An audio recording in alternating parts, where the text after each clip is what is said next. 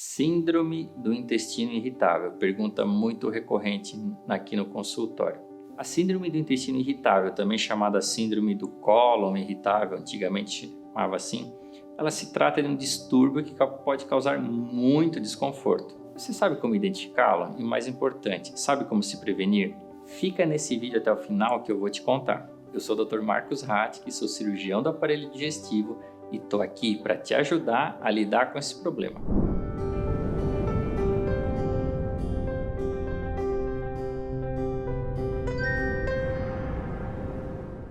Hoje eu vou te contar o que é esta síndrome tão comum e que mexe tanto com a rotina das pessoas. Mas antes da gente começar, se inscreve aqui no canal, ativa o sininho para não perder nada e se mantenha atento à sua saúde. Eu tenho certeza que esse conteúdo vai te ajudar e vai te esclarecer muita dúvida. Se inscreveu? Então vamos lá! Quais os sintomas dessa síndrome? Essa disfunção acomete milhões de pessoas por ano no nosso país. Ela tem sintomas bem comuns que praticamente todo mundo já sentiu alguma vez na vida, como diarreia, alternada ou não com prisão de ventre, cólicas abdominais, excesso de gases, inchaço, má digestão. Normalmente, através dos sintomas, a gente pode identificar se realmente se trata dessa síndrome, que é relativamente comum. Mas podem ser necessários outros exames para descartar doenças que se manifestam com os mesmos sintomas. Então, é importante demais a consulta e a avaliação médica para avaliar a sua rotina. Como eu posso evitar a síndrome do intestino irritável?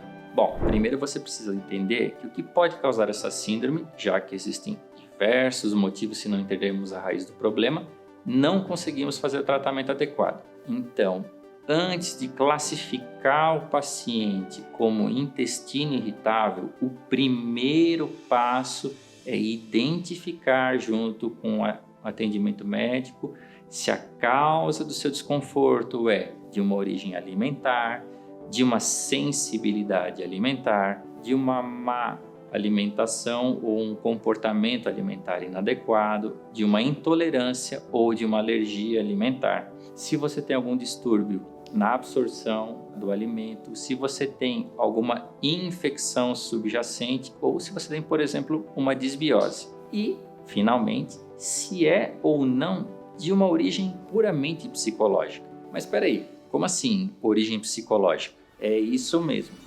Quando a gente fala em intestino irritável, quando a doença é realmente intestino irritável, o gatilho é unicamente psicológico. E eu aposto que você já ouviu em algum momento que o intestino é o segundo cérebro. Eu realmente acho que ele é o primeiro cérebro, mas realmente a síndrome do intestino irritável pode se manifestar, ainda mais em pessoas que sofrem de estresse, ansiedade e depressão.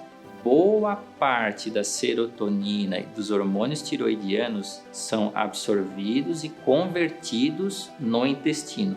Isso é mediado pelas bactérias que estão na nossa alimentação e na flora intestinal. Então, havendo um desequilíbrio dessas bactérias, havendo um desequilíbrio desse fino controle e desse fino equilíbrio que fica no nosso intestino, a gente pode, por exemplo, alimentar uma depressão, alimentar uma ansiedade.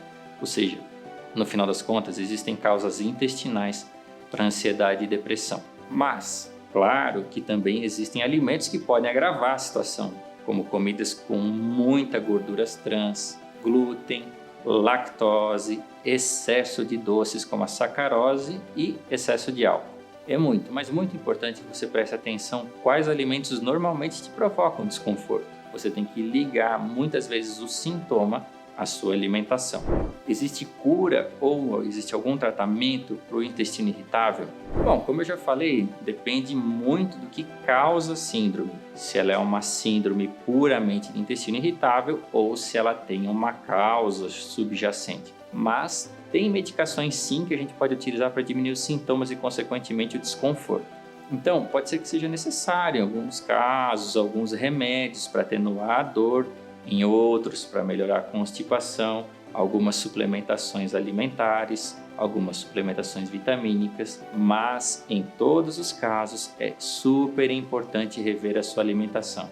E, caso necessário, fazer uma reeducação alimentar orientada por nutricionista. Mas não se esqueça, Não tente se tratar sozinho ou tomar qualquer medicamento, porque pode piorar o quadro. Então, consulte com um profissional que vai te ajudar a identificar se realmente esse é o seu diagnóstico e como deve ser feito o seu tratamento. Gostou desse vídeo?